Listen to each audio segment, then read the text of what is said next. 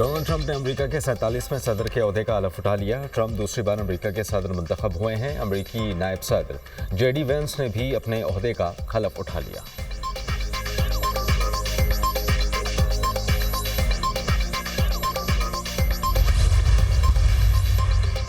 अमेरिकी सदर की तकरीब हलफ बर्दारी रोटिंडा हॉल में हुई। चीफ जस्टिस जॉन रॉबर्ट्स ने डोनाल्ड ट्रंप से हलफ लिया। तकरीब में साबिक सदूर बिल क्लिंटन, जॉर्ज बुश और बाराक ओबामा की शिरकत।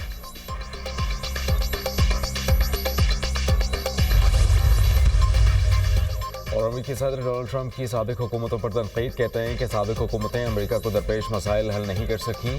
अमेरिका को दोबारा अजीम मुल्क बनाएंगे। अमेरिकी सदर डोनाल्ड ट्रंप का खिताब।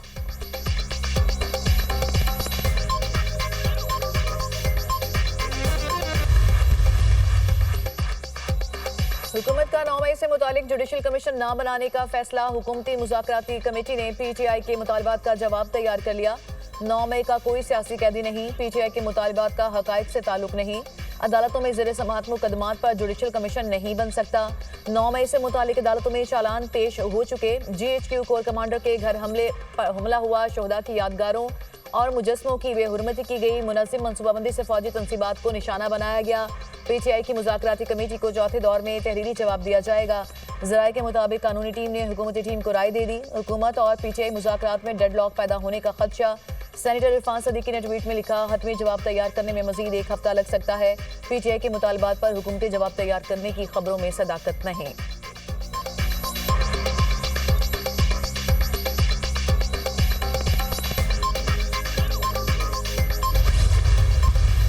हम कैटेगरिकली कह चुके हैं कि हमारी अगर मुलाकात हुई है तो वो लॉ एंड ऑर्डर सिचुएशन पे है, और लॉ एंड ऑर्डर सिचुएशन पे मुलाकात करना कोई ऐसी बात नहीं है, ये होना चाहिए। इसकी ऐसी बात नहीं है, तो इसलिए जो हमने हुकूमत के साथ मुज़ाकरात है वो कंटिन्यू करना चाहते हैं, बशर्त ये कि पहली जो हमारी वो जो डिमांड है वो था कि आप कमीशन बनाएं। और खान साहब ने बड़ा कैटेगरिकली कहा है कि 7 दिन में अगर हुकूमत ने कमीशन बनाने का आंदिया नहीं दिया और बनाने के लिए नाम फर्दर प्रोसीड नहीं कर सके, फिर हमारी चौथी मीटिंग नहीं होगी। 7 रोज में जुडिशल कमीशन ना बना तो चौथी मीटिंग नहीं होगी। बैरिस्टर गौहर का 2 टोक ऐलान, कमीशन नहीं बन रहे तो मुज़ाकरात का कोई फायदा नहीं। हमारी शर्त है कि जुडिशल कमीशन बनाया जाए। पीटीआई अपने मुतालिबात पर कायम है। हुकूमत के साथ मुज़ाकरात जारी रखना चाहते हैं। इरफान सदीकी के लिए मुनासिब नहीं कि वो मुज़ाकरात को ताअत्तुल का शिकार करें। बात आगे बढ़ाने के लिए जल्दबाजी की बजाय तहम्मुल से काम लेना होगा। हमारी मुलाकात लॉ एंड ऑर्डर की सूरत हाल पर हुई। अमन अमान की सूरत हाल पर मुलाकात पर इशू खड़ा नहीं करना चाहिए। डोनाल्ड ट्रंप की हल्फबर्दारी के दावतनामे सरकारी सतह पर नहीं आए। चेयरमैन पीटीआई बैरिस्टर गौहर की अडियाला जेल के बाहर मीडिया से गुफ्तगू।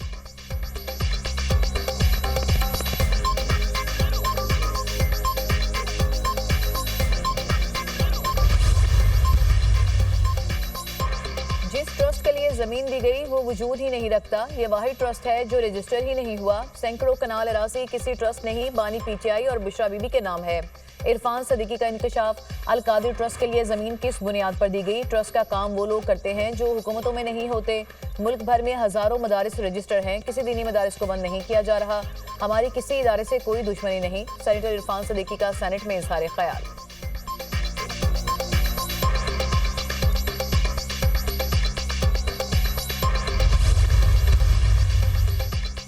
कौमी असम्बली का इजलास, हंगामा आराई की नजर। अपोजिशन इरकान का शदीद एहतजाज, बानी को रिहा करो के नारे। अपोजिशन इरकान की डेस्क बजाकर शदीद नारेबाजी। सुन्नी इत्तेहाद कौंसिल के रुकन महबूब शाह ने कोरम की निशानदही की। कोरम की निशानदही करके अपोजिशन इरकान का ऐवान से वॉकआउट। उमर अयूब ने अलकादिर ट्रस्ट केस को झूठ का पलंदा करार दे दिया। सजा के खिलाफ हम आला अदलिया में जाएंगे। हसन नवाज से पूछा जाए कि वो 40 अरब बरतानिया कैसे लेकर गए। अपोजिशन लीडर उमर अयूब की मीडिया से गुफ्तगू। मुल्क में आइन और कानून को रोंदा जा रहा है। मजीद सियासी जमातों से राबते कर रहे हैं पीटीआई रहनुमा असद कैसर।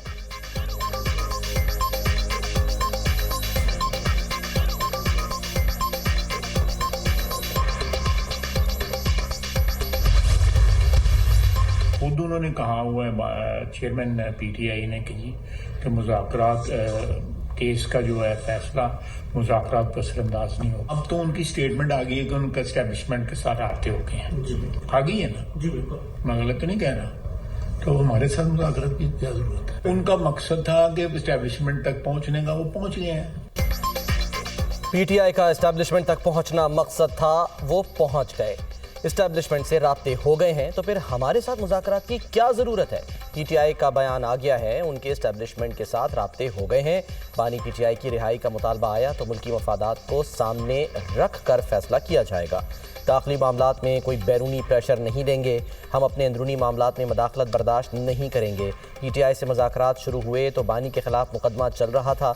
बानी ने खुद कहा कि इसका फैसला मुज़ाकरात पर असरअंदाज नहीं होगा। वज़ीर दिफा ख्वाजा आसिफ की media talk.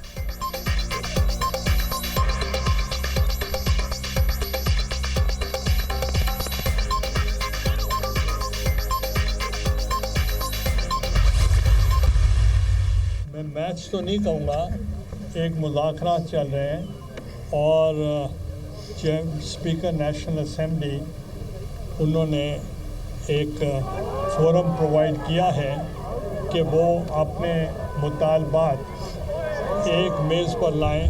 मुज़ाकरात is the only answer, इसके अलावा कोई और थर्ड ऑप्शन है नहीं। ऑपोजिशन और हुकूमत के दरमियान मैच नहीं, मुज़ाकरात चल रहे हैं। स्पीकर कौमी असेंबली ने हुकूमत और तहरीक इंसाफ को प्लेटफॉर्म दिया। मुज़ाकरात वाहिद हल, दूसरा ऑप्शन कोई भी नहीं। चेयरमैन सेनेट यूसुफ रजा गिलानी की मीडिया से गुफ्तगू। वफाकी हुकूमत का 8 फरवरी को यौम तामीर और तरक्की मनाने का ऐलान। मुल्क में मौशी इस्तेहकाम आ रहा है, सियासी इस्तेहकाम भी आएगा। मुल्क की मईशत के हवाले से अच्छी खबरें आ रही हैं। सियासत में रवादारी होनी चाहिए। सियासत समेत हर जगह स्पोर्ट्समैन स्पिरिट का मुजाहरा होना चाहिए। सियासत हो या खेल का मैदान, हर जगह तलखियां कम होनी चाहिए। वज़ीर इत्तलात अता तरड़ की मीडिया कप की इफ्तिताही तकरीब से खिताब।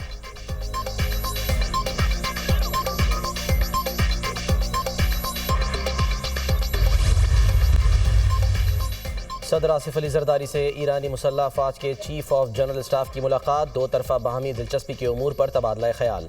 बाहमी मफाद में तिजारती और इक़्तिसादी ताल्लुकात फ़रोग़ देने की ज़रूरत पर जोर।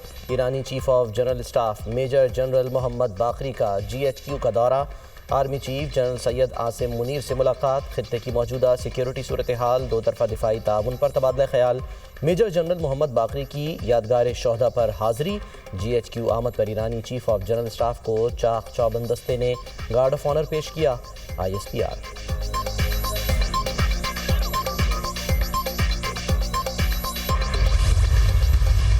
हमारी मुल्क हमारी रेड लाइन है, पाकिस्तान हमारी रेड लाइन है कि जो बच्चे इनके वर्गलाने में आ गए पहले, मुझे तकलीफ है। आज वो कहाँ पड़े हैं? आज वो जेलों में हैं। कभी किसी के बहकावे में मत आना। तो मैं आपसे ये कहना चाहती हूँ कि हम 9 मई वाले नहीं हैं, हम 28 मई वाले हैं। हम पाकिस्तान वाले हैं, हम पाकिस्तान की इज्जत के रखवाले हैं। पाकिस्तान हमारी रेड लाइन है। हम 9 मई वाले नहीं, 28 मई वाले हैं। हम डंडा बरदार नहीं, इल्म के अलम बरदार हैं। मेरी हुकूमत हो या ना हो, ये मुल्क मेरा ही है। ऐसा नहीं हो सकता कि मेरी हुकूमत नहीं तो आग लगा दो, तोड़ दो, मार दो। बहकावे में आने वाले जेलों में बैठे हैं। जेलों में पड़े बच्चों को पूछने वाला कोई नहीं। सोशल मीडिया पर झूठ का बाजार गर्म है। जिनके पास बताने के लिए कुछ नहीं, वो झूठ का सहारा लेते हैं। मुखालिफिन कह रहे हैं कि ये सब प्लांटेड है। मुखालिफिन झूठ में ही पले बड़े हैं। बहुत जल्द लैपटॉप और ई-बाइक्स लेकर आऊंगी। किसी को सिफारिश पर स्कॉलरशिप दिया तो इस्तीफा देकर घर चली जाऊंगी। हम मोटरवेज का जाल बिछाते हैं, मुखालिफिन मोटरवेज ब्लॉक कर देते हैं। मुखालिफिन को समझ नहीं आ रही कि पंजाब में तरक्की कैसे हो रही है। खैबर पख्तूनख्वा से भी तलबा के स्कॉलरशिप्स के लिए दरखास्तें आ रही हैं। वज़ीर आला पंजाब मरियम नवाज का डेरा गाजी खान में होनहार स्कॉलरशिप प्रोग्राम से खिताब।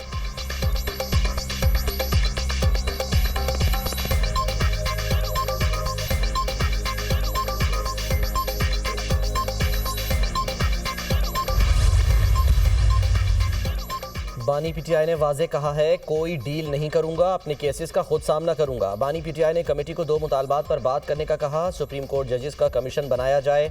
9 मई और 26 नवंबर वाक़यात की गैर जानिबदाराना तहकीकात की जाए। बानी PTI ने कहा, बेगुनाह लोगों को रिहा किया जाए। वो खुद चाहते थे 190 मिलियन पाउंड केस का फैसला हाई कोर्ट लेकर जाएं।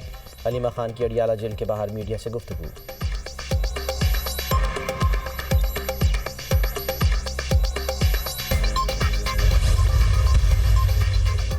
मराकेश कश्ती हादसे की तहकीकात में अहम पेशरफ। 4 रुकनी कमेटी ने जिंदा बच जाने वाले पाकिस्तानियों के इब्तदाई बयान रिकॉर्ड कर लिए। मराकेश कश्ती हादसा नहीं, कत्लेआम था। मुल्जिमान ने कश्ती खुले समंदर में खड़ी कर दी और तावान मांगा। तावान देने वाले 21 पाकिस्तानियों को छोड़ दिया गया। कश्ती में सवार बेशतर लोग सर्द मौसम और तशद्दुद के बायस हलाक हुए। कश्ती में मौजूद अफराद को खाने पीने की किल्लत का भी सामना था। मुतासरीन का बयान।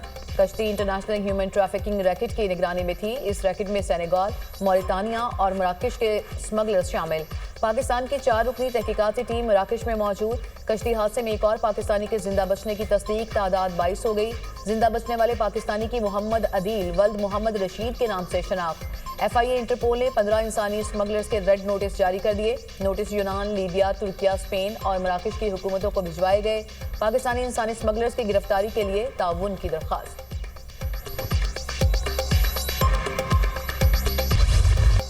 पाक चीन लाजवाल दोस्ती का शाहकार न्यू गवादर इंटरनेशनल एयरपोर्ट मुकम्मल तौर पर फाल। कराची से PIA की पहली परवाज़ 503 गवादर एयरपोर्ट पर लैंड कर गई। एयरपोर्ट पर तैयारे को वाटर कैनन सलूट पेश किया गया। वज़ीर हवाबाजी ख्वाजा आसिफ, गवर्नर और वज़ीर आला बलूचिस्तान ने पहली कमर्शल परवाज़ का इस्तकबाल किया। मुसाफिरों को फूल पेश किए। न्यू गवादर एयरपोर्ट का 3.6 किलोमीटर तवील रनवे बड़े तैयारों के लिए मौजू। न्यू गवादर इंटरनेशनल एयरपोर्ट पर एयरबस और बोइंग तैयारे लैंड कर सकेंगे। 430 एकड़ पर मुश्तमिल गवादर एयरपोर्ट रकबे के लिहाज से पाकिस्तान का सबसे बड़ा एयरपोर्ट है। न्यू गवादर एयरपोर्ट CPAC का फ्लैगशिप मंसूबा है। एयरपोर्ट पर जदीद सिक्योरिटी और मुसाफिरों को सहूलतें दस्तयाब। न्यू गवादर हवाई अड्डा बलूचिस्तान के लिए नए दौर की खुशहाली का निशान है। पूरे पाकिस्तान के लिए इक़्तिसादी तरक्की और खुशहाली मैसर होगी। CPAC में शमूलियत के बाद गवादर तरक्की की राह पर गामजन है। नया इंफ्रास्ट्रक्चर तिजारत और सयाहत को बढ़ाने में मदद फराहम करेगा। वज़ीर हवाबाजी ख्वाजा आसिफ का तकरीब से खिताब। वज़ीर आज़म का गवादर एयरपोर्ट से परवाज़ों का सिलसिला शुरू होने पर इजहार इत्मीनान। हज 2025 की तैयारी में किसी किस्म की लापरवाही कबूल नहीं। वज़ीर आज़म शहबाज शरीफ की हुजाज कराम की रिहाइश, सफरी और दीगर सहूलियात का खास ख्याल रखने की हिदायत। वज़ीर आज़म के ज़ेर सदारत हज की तैयारियों से मुतालिक जायजा इजलास। हुजाज कराम अल्लाह के मेहमान हैं, उनकी खिदमत मावनत में किसी किस्म की लापरवाही कबूल नहीं करूँगा। वज़ीर आज़म का इंतबा। CDA के अमूर के हवाले से जायजा इजलास। वज़ीर आज़म की गैर मुल्की मेहमानों के लिए आलमी मयार की सहूलियात की फराहमी यकीनी बनाने की हिदायत। NHA, कौमी शाहराहों, मोटरवेज पर हिफाजती इक़दामात पर इजलास। वज़ीर आज़म की मुख्तलिफ शाहराहों की तामीर के काम का जायजा लेने के लिए स्टीयरिंग कमेटी तश्कील देने की हिदायत। शाहराएं कौमी तरक्की और मुल्की मईशत में रीढ़ की हड्डी की हैसियत रखती हैं। बेहतरीन सफ़री सहूलियात की फराहमी अव्वलीन तरजीहात में शामिल है। वज़ीर आज़म शहबाज शरीफ।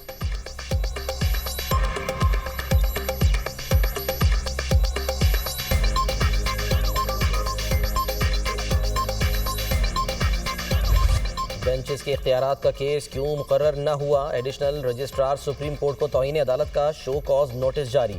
बताया जाए मुकदमा समाअत के लिए आज मुकर्रर क्यों न हुआ। जस्टिस मंसूर अली शाह के तलब करने पर डेप्यूटी रजिस्ट्रार सुप्रीम कोर्ट पेश। कहा जजिस कमेटी इजलास में फैसला किया गया ये केस 27 जनवरी को आईनी बेंच सुनेगा। जजिस कमेटी का कोई तहरीरी हुक्म मौसूल नहीं हुआ।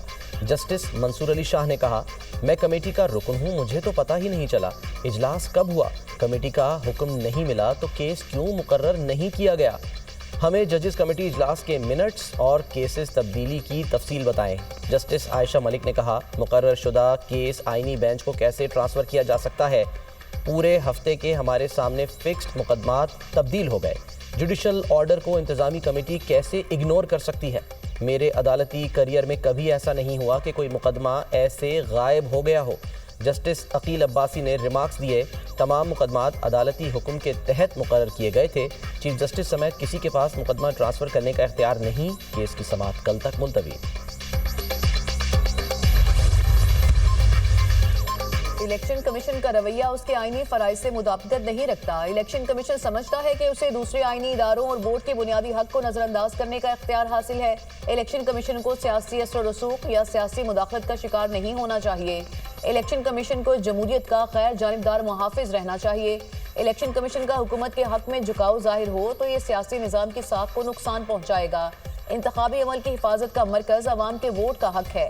आदिल बाज़ई को डी सीट किए जाने का इलेक्शन कमीशन का फैसला कलअदम करार देने का तहरीरी फैसला जारी। जस्टिस मंसूर अली शाह ने 18 सिफात पर मुश्तमिल फैसला तहरीर किया। सिविल कोर्ट को वज़ीर आज़म के खिलाफ बोगस हलफनामे के इल्ज़ाम का केस जल्द निपटाने की हिदायत। सिविल कोर्ट का 16 फरवरी 2024 के हलफनामे का फैसला हतमी नहीं। हलफनामे के असलियत के इल्ज़ामात संगीन नौइयत के हैं।